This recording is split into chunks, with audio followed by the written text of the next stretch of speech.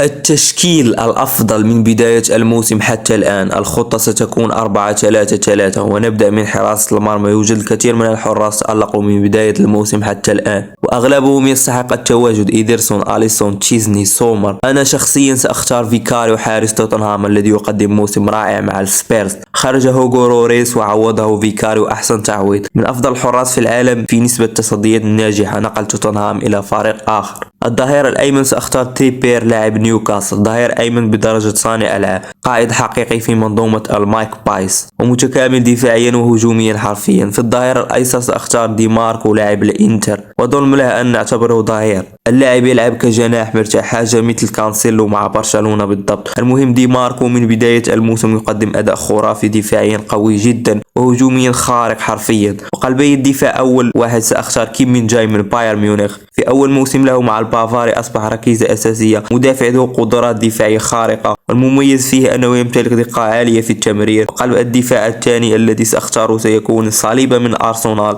مدافع متكامل 22 سنة وقوة ورشاقة عالية حرفيا. في خط الوسط سأختار رودري من السيتي، لا حاجة للكلام على رودري، ومعه كمحور مزدوج بيسوما من توتنهام، قوة بدنية عالية ومبدع حرفيا. والرقم 10 محتار بين ماديسون من توتنهام وجود بيلينغهام من ريال مدريد، لكن لا حاجة للكلام، الفتى الذهبي وجوهرة الريال، مبدع حرفيا هذا الموسم. ومن وسط الميدان إلى الهجوم والجناح الأيمن سأختار صلاح من ليفربول، لا حاجة للكلام على صلاح، يقدم موسم خارق مع ليفربول هذا الموسم. والجناح الأيسر سأختار ساني من بايرن ميونخ، اللاعب تطور هذا الموسم بشكل عالي وأرقامه تتحدث عنه. والرقم 9 سأختار صديقه من بايرن ميونخ الوحش هاري كين، الذي يقدم موسم خارق مع البافاري في أول موسم له في بايرن ميونخ، بدأ في تحطيم الأرقام القياسية. إذا بالنهاية هذا التشكيل أفضل من بداية الموسم حتى الآن. في حراسة المرمى فيكاريو، الظهير الأيمن تريبير، الظهير الأيسر دي ماركو، قلبي الدفاع كيم من جاي